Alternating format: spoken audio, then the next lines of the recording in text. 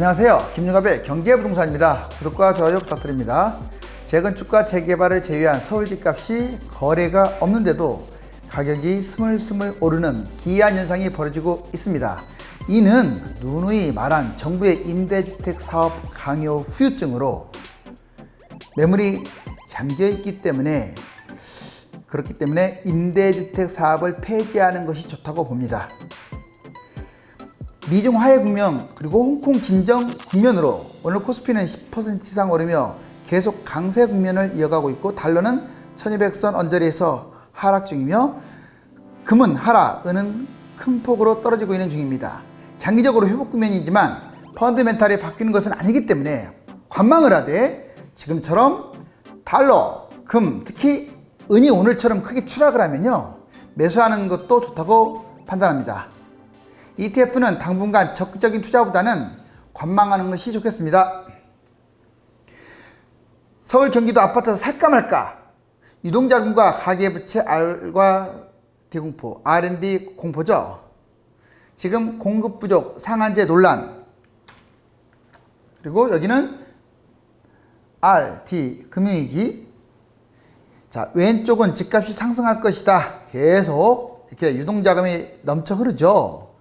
자, 그리고 오른쪽은 무슨 말이냐? 이미 시한폭탄이다. 너무 많이 쪘다. 3배나 쪘다. 그리고 이 빚더미에서 결국 문제가 생길 것이다. 이 아파트를 보는 시각이 너무나도 첨예하게 다른 것 같습니다. 서울 집값이 오르는 이유는 무엇이고 하락하는 이유는 무엇일까요? 여러 가지 이유가 있습니다. 근데 최근에 어떤 기준점을 말씀드리면 서울 집값이 오르는 이유는 풍부한 유동자금, 이게 가장 중요한 거죠. 이게 부동산으로 쏠리고 있다. 특히 지방에서 원정 오시는 분들이 많은 것 같아요. 왜 그러냐면 대대광이나 이런 곳들이 집값이 너무 올라가지고 서울이 비싼데도 불구하고 싸 보이는 거예요. 그러니까 투기 세력들이 전국을 지금 팔도광산을 유람하면서 집값 띄운 거 맞습니다. 그게 서울까지 온 거예요. 그런데 조심하셔야 돼요. 서울은 지방과 달리 사이클이 있기 때문에 사이클의 계곡에 빠지게 되면 허우적거리게 되거든요. 아무튼 풍부한 유동자금이 집값 상승을 이끈다. 공급이 절대 부족, 또 땅도 좁고 제한적이다. 특히 서울은요 공급이 절대 부족한 건 맞습니다. 그리고 땅이 좁아요. 경기도의 12분의 1 정도. 그리고 인구는 거의 비슷한데 땅은 좁죠. 그러다 보니까 당연히 올라갈 수밖에 없다. 근데 이것도 함정은 있어요. 왜냐? 2012, 13, 14년에 공급이 턱없이 부족했고 그 다음에 또 2002, 3, 4년에도 공급이 부족했는데 왜 그때는 집값이 서울 집값이 폭락을 했을까요? 결국 수요 공급이 어느 정도 일리가 있는 말이긴 하지만 계속 올라간다는 것은 잘못된 생각이라는 거예요. 많이 뛰면 조정 후에 한참 떨어진 후에 또 올라간다고 이렇게 보시는 게 정답 같습니다. 직주근접, 호재, 문화 경제의 중심, 뭐 정치, 경제, 문화, 산업의 중심지 아닙니까? 또 직주근접. 그러니까 지방으로 출퇴근하더라도요 서울에서 가려고 합니다. 글로벌 경제도시, 해외 투자자 증가. 이제 서울이 단순하게 대한민국의 서울이 아닙니다. 전 세계 손가락 안에 드는 오고 싶어하는 도시. 그렇기 때문에 외국인들의 투자도 갈수록 늘어나고 있다. 대중심리 집중, 주택 임대 매물 잠김. 대중심리가 집중된 곳 종착지는 서울입니다. 특히 강남권. 거기에다가 정부가 주택임대 사업이라는 아주 말도 안 되는 이 패착을 계속 강요하는 바람에 지금 매물이 많이 잠겨 있어요. 바로 이런 것들이 서울 집값이 뛰는 이유다. 만만치 않죠? 자, 그러면 서울 집값 이번에는 하락하는 이유는 뭐냐? 집값이 2~3배나 폭등했고 5년간 계속 올랐다. 역사적으로 한 45년, 50년 역사를 보면요. 이게 뭐 6, 7년 동안 계속 올라가 본 적이 서울이 없습니다. 큰 사이클에서는 좀 조정했다 뛰는 적도 있었지만 지금 어떻게 보면 최장기간 상승이라고 볼 수 있어요. 그래서 또 집값도 2~3배나 뛰었습니다. 상당히 위험한 상황이에요. 정부의 강력한 규제, 집값 하락 의지가 강하다. 아직은 정부 대책이 계속 나오고 있어요. 그리고 내년 선거를 앞두고 뭐 집값을 올린다 그러는데 천만의 말씀입니다. 이따 여론조사는 보여드리겠지만 집값을 안정화시키고 떨어뜨리자고 하는 여론이 훨씬 더 강해요. 정부가 그걸 모를 리는 없거든요. 그러면 지금까지 정부가 왜 규제를 했는데도 집값이 뛰었을까? 자, 세 번째, 대내의 경제 불안. 거기에다가 경기 위기에다가 R&D 공포, 경기 침체와 디스플레이. 자, 여러분들 이 인플레이션하고 이제 디플레이션이 오게 되면 상당히 문제가 되겠죠. 가계부채 최대치, 투자 조건 악화. 지금 부동자금보다 많은 게 가계부채예요. 역대 최대치입니다. 사실 여기에서 조금만 더 올라가면 예전에 다른 나라들, 즉 미국같이 서프라이 모기지론처럼 그 정도에 육박하는 지금 수준입니다. 비주택 자본이 이동하고 있다. 뭐 주택으로 지금 오는 사람들은 별로 없다. 왜? 집값이 너무 뛰어서 안전자산, 금은 달러로 지금 많이 쏠리고 있는 형국이다. 무주택자가 그러면 왜 이렇게 힘들까요, 여러분들? 돈 벌기도 팍팍한데, 자, 무주택자는 당연히 힘들 수밖에 없죠. 자, 5년간 집값이 두세 배 폭등했는데 당연히 허탈감이 생기지 않겠습니까? 정부의 정책 무능으로 집값이 올라 배신감도 아마 느낄 거예요. 사실 지금 집값이 가장 크게 오른 것은 투기꾼 또는 대중들의 심리 이게 아닙니다. 정부의 무능한 정책이 맞아요. 그리고 효율적이고 그 정책을 효율적으로 썼어야 하는데 비효율적인 정책도 맞습니다.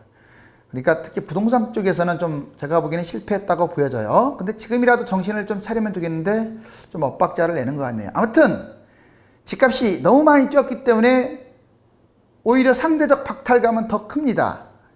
두 번째, 기존 아파트 물량이 부족해요. 왜? 주택임대사업에 너무나 물려 있어요. 이게 바로 물론 주택임대사업이 그전에도 있었어요. 근데 김현미 장관이 이걸 너무 강조해 버렸잖아요. 그리고 지금도 혜택을 주고 있어요. 말이나 됩니까? 자, 그렇기 때문에 집값이 원래는 떨어져야 정상인데 정부가 집을 떨어뜨리겠다고 해놓고 이걸 계속 보유하고 있는 한은 글쎄 얼마나 떨어질지 만만치가 않네요. 자, 신규 로또 분양 현실적으로 당첨 가능성이 낮아요. 무주택자면 다들 청약 가점이 높은 걸로 알고 있는데, 자, 당첨되신 분들은 좋겠지만 워낙 경쟁률이 세다 보니까 만만치가 않습니다. 자, 집값 폭등, 전세 하락으로 갭 투자 비용도 지금은 증가하고 있어요. 이제 일반 돈번 중산층이나 서민층을 따라가고 싶은데 이 무주택자들 지금 갭 투자 하려고 하는데 너무 돈이 많이 들어가는 거예요. 이제 투자도 못 하는 거죠. 서울과 수도권 인접, 유망지역, DSR 강화, 대출 규제도 대폭 강화됐어요. 그리고 대출이 약 40%. 그러다 보니까 아파트가 아닌 비아파트에 막 투자하는 정말 최악의 그런 투자를 진행하고 있는 무주택자들도 많습니다. 정부의 분양가 상한제 엇박자 뭐 다들 일리는 있습니다. 자, 김현미 장관은 국무총리, 경제부총리와 당내에서 신중론을 강조하기 때문에 지금 밀어붙이기 어렵다 한 발 물러선 모양새예요. 물론 안 한다는 얘기는 아직 나온 건 없습니다. 자, 이제 이 두 사람이 문제예요. 이 두 사람이. 이낙연 국무총리 8월 말 국회에서 분양가 상한제는 부동산 시장의 움직임을 봐가면서 가장 좋은 시기에 가장 적절한 지역을 대상으로 시행하겠다. 자, 지금 집값이 계속 뛰었고 얼마나 뛰었는지 이 두 사람은 모르나 봐요. 이낙연 국무총리, 홍남기 경제부총리. 아니면 자기 집값이 뛰어서 배가 불렀거나 기득권층을 대변하다 보니까 기분이 좋거나. 솔직히 혹평하고 싶네요. 자, 지금 이럴 정신이 어디 있습니까? 여러분들 집값이 지금 3억짜리가 7억으로 뛰었어요. 5억짜리가 12억으로 뛰었고요. 이런 판국에 지금 이렇게 한가한 소리를 해대고 있죠. 자, 홍남기 경제부총리 경제정책 사령탑으로서 분양가 상한제의 시기를 조절할 수 있다는 의지를 보였다. 그리고 또 이번에 또 재차 강조했어요. 자, 그러면 장관이 무슨 필요가 있습니까? 물론 협의는 필요하지만 이 사람도 역시 지금 서울 집값이 얼마나 뛰었는지 몰라요. 예전에 박원순 서울시장이 용산하고 여의도 건드렸다가 거의 대폭등한 거 아시죠? 지금 그 짝하고 똑같습니다. 솔직히 현 정부는 저는 지지하는 건 맞아요. 그런데 경제, 특히 부동산 쪽에서는 이렇게 못할 수가 있을까? 아니면 일부러 그럴까? 자, 집값 여론조사. 서울 집값에 대한 여론, 이거 보셔야 돼요. 진짜로. 자, 이 상승해야 한다를 원하는 사람은요 10포인트 정도밖에 안 돼요. 그리고 하락하기를 원하는 사람이 거의 78.8포인트입니다. 이건 지금 나우엔 서베이 여기에서만 설문조사한 게 아니라요. 여러 번 설문조사에서 거의 최소 60에서 70% 집값을 잡아야 한다라고 지금 조사가 나오고 있어요. 그런데도 현 정부는 정신을 좀 못 차리고 있는 것 같아요. 자, 그 다음에 현재 수준을 유지해야 한다. 이 13.5%. 상승을 해야 한다. 8%밖에 안 돼요. 무주택자, 서울이 무주택자가 한 45%, 유주택자가 55%니까 유주택이 많으니까 더 집값 상승을 원하지 않느냐. 그건 그렇지 않습니다. 무주택자는 거의 집값 하락을 원할 것이고요. 유주택자도 자녀의 어떤 집을 사줘야 하고 또 내 거보다 다른 것들이 더 많이 올랐어요. 주로 강남하고 한강권만 많이 올랐다 보니까 화가 나는 거예요. 오히려 상대적 박탈감이라고 하죠. 그걸. 자, 문재인 정부의 부동산 가격 억제, 이것은 여론조사로도 나옵니다. 대체로 잘하고 있다. 그 다음에 37.5%, 매우 잘한다는 15%, 자, 매우 못한다 16%, 대체로 못하고 있다 26.9%. 거의 반반인데 원래 잘하고 있다가 반절 나오면요 모르겠다고 하는 응답자가 많으면서 한 20% 정도가 못하고 있다, 나머지는 뭐 이제 다양하게 나오는 건데, 현 정부는 특이하게 이게 비단 부동산 문제만이 아니에요. 지지 세력이 뭐 50%가 지지하든 45%가 지지하든 지지와 반대파가 워낙 똘똘 뭉쳤어요. 그러니까 지지가 45면 반대가 55인 거예요. 중간이 없어요. 중간이. 그러면 이제 그런 부분에서 어떤 잘못된 정책은 좀 수정을 하고, 그리고 문제점이 있는 것은 보완을 해야 하는 그런 열린 마음이 필요하지 않을까 생각됩니다. 다음으로 집값 월급보다 상승률이 훨씬 높다. 솔직히 월급도 많이 올랐어요. 최근 3년 동안에 얼마나 많이 오른지 알죠? 여기 보면 집값은 192.2% 상승했고요. 자, 그 다음에 월급은 이게 지금 약 15년간 기준입니다. 월급은 132.6, 집값이 더 뛰었죠? 자동차값 65.9, 일반 물가에 비해서 집값이 훨씬 많이 뛰었다는 것을 알 수 있고, 특히 최근에 서울 집값으로만 본다면 이걸 압도합니다. 가계부채 비율, 전세자금 대출. 자, 2017년 4분기하고 2018년 4분기까지 이렇게 나와 있어요. 자, 우리나라 보세요. 무려 100%에 가깝습니다. 그리고 증가하고 있죠. 증가 속도도 아주 높죠. 자, 그리고 미국, 중국, 일본, 다른 어떤 전 세계 신흥시장 이런 비교했을 때도 우리나라가 너무 높아요. 제가 아까 말씀드렸잖아요. 지금 거의 100%에 가까운데 한 110이나 120%까지 가게 되면 그때는 여김없이 다른 나라들이 가계부채발 금융위기가 터졌다고. 전세자금, 이것도 제 개인적 생각은 폐지했으면 좋겠습니다. 왜? 집값을 올리는 원흉이에요. 집은 다른 데다가 갭 투자해놓고 가계대출, 전세자금 대출을 받는 경우도 허다합니다. 자, 무주택자는 그나마 이해하는데 1주택자부터는 완전히, 여기 보시면 엄청나게 늘어나요. 102조입니다. 이게 정말 전세자금 대출을 핑계 삼아서 집에 투자하는 그런 성향도 많다는 거. 그러면 이게 무주택을 위하는 게 아니에요. 오히려 집산 몇 사람 때문에 집값은 띄우고, 무주택자들은 전세자금 대출을 받아서 좋을지는 몰라도 상대적 박탈감에 시달리는 겁니다. 자, 유동자금이 많으니까 집값이 뛸 것이다. 틀린 말은 아닙니다. 1600조 가계대출. 자, 그런데 이걸 아셔야 돼요. 유동자금이 넘쳐나지만 가계대출이 더 많아요. 1130조, 1600조. 단기 부동자금, 자, 지금 2019년 4월자 기준으로 1100, 약 29. 그리고 가계 신용 잔액, 즉 가계대출. 여기 보시면 막대 그래프 보시면 1600조라고 이렇게 찍혀 있죠. 자, 최근에 다행히 이제 조금 이렇게 감소, 대출은 DSR까지 나오면서 감소하는 추세지만 계속 가계대출 비율은 늘어나고 있습니다. 이 두 개를 비교하면요, 이게 꼭 부동산으로 간다는 보장이 없고 요즘에 해외로도 많이 투자를 하거든요. 그리고 이 가계대출, 이거 보여지는 것만 그렇죠. 여러분들 제2금융권 아니면 뭐 사채시장 이런 것까지 따지면 훨씬 높을 거예요. 그러니까 집값이 올라갈 소지보다는 떨어질 소지가 높다. 부동산 각종 지표 보겠습니다. 수도권 아파트 지금 입주 물량이 적다? 여기 지금 17, 18, 19년, 20년까지 제가 이거 보여드릴게요. 여기. 자, 이게 입주 물량이 적습니까? 자, 지금 서울의 평균 약 14만 정도, 이렇게 수도권, 경기도 포함해서 14만 정도면 적정하다고 합니다. 인구 대비. 지금 다 넘겼어요. 넘겼는데 왜 집값은 이렇게 폭등할까요? 투기 세력들이 달라붙고 정부가 효율적으로 정책을 못 펴기 때문에 그래요. 지금도 공급 부족, 자, 먼 훗날은 공급 부족이 생길 수도 있겠죠. 지금은 절대 공급 부족이 아닙니다. 경기도는 아주 심각하고요. 다만 서울은 이게 경기도까지 포함시킨 거기 때문에 거의 여기 평균치에 좀 육박한다고 보시면 되고요. 경기도는 집이 남아 돕니다. 참고적으로 2011, 12, 13년에 정말 공급 태부족이었는데 집값은 대폭락했죠. 그러니까 부동산도 사이클이라든가 어떤 대중 심리에 따라 움직이는 거지 단순하게 수요와 공급의 법칙에서 움직이는 게 아니다. 한국감정원은요, 올해 집값 전망을 서울 수도권 마이너스 1.2 그리고 전국적으로 마이너스 1.4 하락으로 지금 전망하고 있습니다.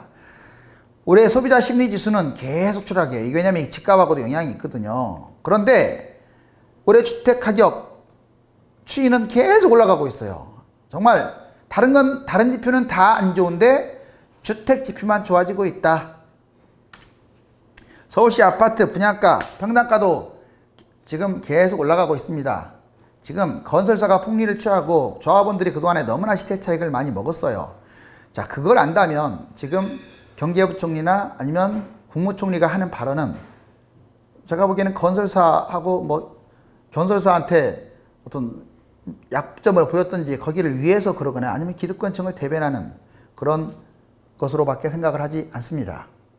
자, 이제 서울 경기도 각종 지표를 한번 볼까요? 1인 또는 2인 가구. 자, 앞으로 먼 미래도 아니에요. 당장 7년, 6, 7년. 왜냐하면 사이클 한번 이렇게 가면 10년 걸리거든요. 그러면 다음 상승장에는 어떤 일이 벌어질지 솔직히 모릅니다. 왜냐? 여기 보세요. 자, 1인이나 2인 가구가 몇 명이냐? 몇 퍼센트냐? 지금 현재 기준으로 56.5%예요. 그러면 이제 이게 만약 다음 사이클 또 상승장이 한 번 더 왔을 때 그때는 아마 60에서 65까지 치고 갈 거예요. 1, 2인 가구가. 여러분들 1, 2인 가구가 집을 다 산다, 아파트를 산다? 천만에요. 그분들은 오피스텔 또는 원룸 사는 곳들이 각양각색이기 때문에 이거 생각보다 받아줄 층이 없을 수가 있어요. 지금 지방이 막 추락하고 있는데요. 일부 대도시만 빼고는 그게 지금 이미 시발점이라고 보여집니다. 즉 인구가 감소하면서 집값이 빠르게 추락하고 있는 중이에요. 이게 이제 경기도는 곧 코앞에 닥칠 문제고요. 서울로 이제 같이 영향을 줄 것으로 보여집니다. 물론 서울은 장기적으로 전망은 좋다고 봐요. 인구 동태 추이 보세요. 지금 출생자는 이렇게 급락하고 있는데, 자, 사망자는 조금씩 늘어나고 있죠? 자, 이게 데드크로스. 여기 보시면 약 2029년 기점으로 해서 지금 출생아 계속 줄어들고 있고 사망자. 이렇게 완전히 역전되는 상황이 벌어질 겁니다. 그럼 인구가 앞으로 10년 후에는 막 한 해에 몇십만씩 감소된다는 얘기예요. 그럼 우리나라 인구가 50년 후에는 3천 얼마라고 이렇게 감소될 것이라는 예측도 지금 나오고 있습니다. 남북 통일이 되지 않으면 참 어렵겠죠. 그리고 유소년 생산 인구 이것도 보시면요. 지금 이게 유소년 인구예요. 막대 그래프에서 노란 게. 자, 이건 고령 인구입니다. 보라색. 이 생산 인구 이것도 65세까지 포함시킨 거예요. 지금 점점 생산 인구가 줄어들고 있고 고령 인구는 늘어나고 유소년 인구는 줄고 아주 최악의 그래프로 가고 있습니다. 결론적으로 지금 집값이 이제 제가 만약에 한 어느 정도 버블이거나 시장 경제가 나쁘지 않다면 글쎄 부동산이 장기적으로는 계속 올라가는 건 맞거든요. 근데 명심하세요. 장기적으로 올라가는데 서울은 장기적으로 올라가는 거 맞아요. 근데 그거조차도 지금 두세 배 뛰었기 때문에 계속 가는 거 아니에요. 이런 사례가 없었다고 했잖아요. 한번 떨어진 다음에 또 간다는 뜻이에요. 근데 지금 일부 전문가들은 계속 올라갈 것처럼 얘기해요. 자, 지금 폭탄 돌리기입니다. 폭탄 돌리기. 제 말이 거짓이면 우리 여러분들 그 통계청 자료나 KB 자료를 한번 찾아보세요. 과거의 모든 자료를. 맞습니다. 서울이 올라가는 건 맞는데 올라간다 그 말에 현혹되면 안 돼요. 지금 폭등해서 가면 조금 가거나 아니면 한번 떨어졌다가 올라가기 때문에 이 떨어지는 폭이 몇 년 이어질 수도 있어요. 그래서 지금 상추장에 잡으면 안 되고 경기도는 최악입니다. 갔다가 떨어지면 다음에 더 치고 올라간다는 보장을 못 해요. 오히려 10년 전보다 낮아질 수도 있어요. 지금 10년 전보다 낮은 경기도 소형 빼고 약 90%는 10년 전 걸 회복 못했어요. 자, 그 정도 심각합니다. 여기 보시면 문재인 대통령. 자, 문재인 대통령이 있고요. 그 다음에 김현미 장관. 그리고 경제부총리, 국무총리. 각각 이 집에 대해서 목소리가 다 달라요. 목소리가. 책임을 져야 할 우리나라 최고의 수장들 아닙니까?